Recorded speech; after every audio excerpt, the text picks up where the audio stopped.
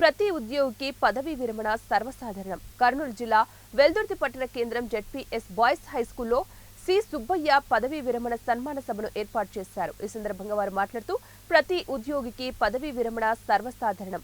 ఉపాధ్యాయ ఉద్యోగం అంటే చాలా గొప్ప బాధ్యత కలిగినది. అయితే సి సుబ్బయ్య 1/7/1991 ఉపాధ్యాయ ఉద్యోగంలో జాయిన్ అయ్యారు. అప్పటి నుంచి 33 సంవత్సరాలు పనిచేశారు.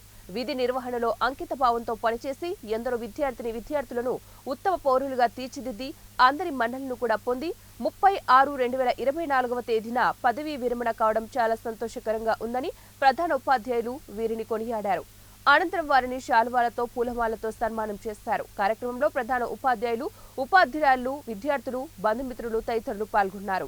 ఎంత ఆనందంగా పనిచేస్తున్నామయ్యా అంటే అందువల్లనే దేవుడు నాకు ఈ ఆరోగ్యాన్ని ఇచ్చాడేమో అనుకుంటున్నాను. ఇప్పుడు నన్ను ఎక్కడో దూరం తీసుకుపోయి వేసినారు లాస్ట్ మినిట్లో. నిజంగా ఏమి ఆంజనేయ స్వామి, ఆ కొసనపల్లి ఆంజనేయ స్వామి ఏమో కొంచెం నా మీద ఖైదులు లేకపోతే చెరుకుపాళ్ళు ఘనంగా నేను చేసుకోవాలనుకున్నాను. అనుకోకుండా జరిగిపోయింది. అయినప్పటికీ కూడా మేము ముద్దుగా పెంచుకున్న సైంటిస్ట్ ప్రసాద్ కృష్ణగిరి పిల్లవాడు. ఒకసారి వస్తే ఒకసారి లేచి నిలబడి వచ్చింటగిన మా ప్రసాద్ సార్ వాళ్ళందరూ కూడా మేము చాలా చక్కగా పిలుచుకుంటాం ప్రసాద్ ఇక్కడ రావాలని.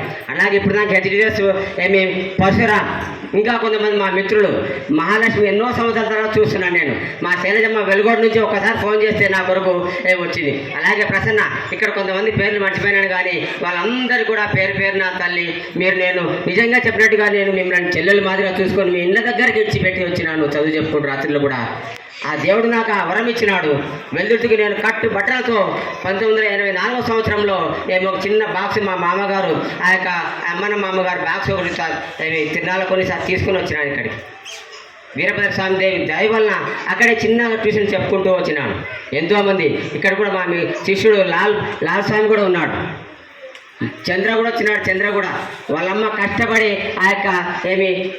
చాలా ఇంటెలిజెంట్ పిల్లవాడు. సార్ నా దగ్గర డబ్బులు లేవు సార్ అని ఒకరోజు ట్యూషన్ కట్టడానికి వస్తే ఏం మాను అట్లాంటి డబ్బులు ముఖ్యం కాదు తల్లి, నీ కొడుకు చాలా మంచిగా చదువుతాడు. ఇంటెలిజెంట్ చంద్ర అంటే ఇంటెలిజెంట్.